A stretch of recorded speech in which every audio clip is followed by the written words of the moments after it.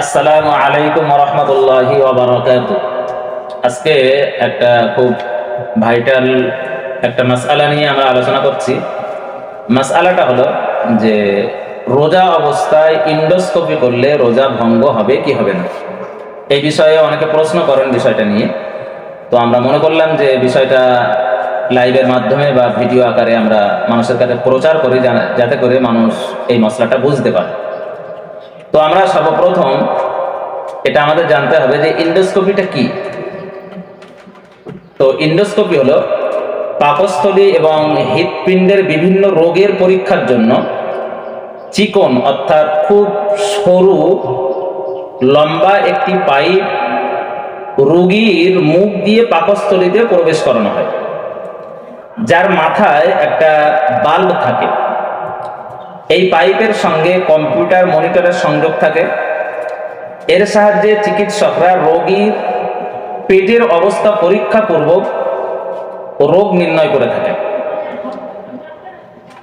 চিকিৎসা বিজ্ঞানের পরিভাষায় একেই ইন্ডোস্কোপি বলা হয়।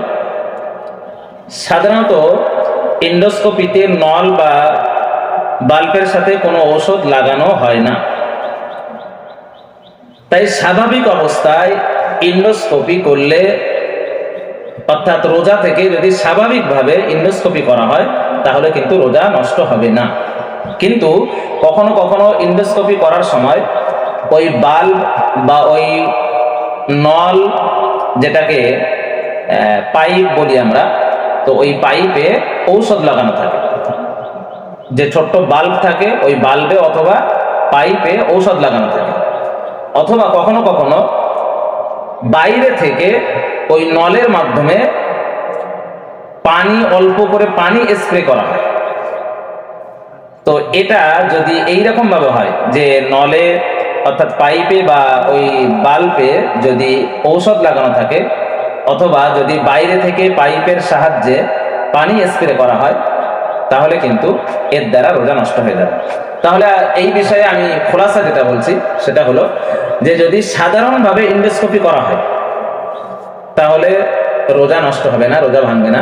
কিন্তু যদি ইন্ডোস্কোপিটা এইভাবে করা হয় যে পাইপে কিংবা বাল্বে, যে পাইপ এবং বাল্বটা ভিতরে যাচ্ছে ওটায় যদি কোনো ঔষধ লাগানো থাকে, বা পাইপের দ্বারা বাইরে থেকে যদি কোনো পানি স্প্রে করা হয়, তাহলে কিন্তু রোজা নষ্ট হয়ে যাবে। আশা করছি বুঝতে পেরেছি। তবে এই বিষয়ে আমরা একটা পরামর্শ দেব রোজাদার ব্যক্তিদের জন্য।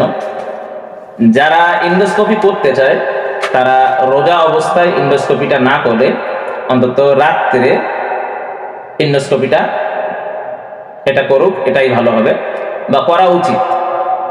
যে মশলাটা বললাম এই মশলাটা বাদাইউস সানায়ের 2য় খণ্ডে 93 পৃষ্ঠা, আর ফাতাওয়ে হিন্দিয়া 9ম খণ্ডে 204 পৃষ্ঠা, আদ-দুররুল মুখতার 2য় খণ্ডে 396 পৃষ্ঠা, ফিকহুন নাওয়াজিল 2য় খণ্ডে 296 পৃষ্ঠা এবং জাদীদ ফিকহি মাসাইল 1ম খণ্ডে 126 পৃষ্ঠা উল্লেখ আছে।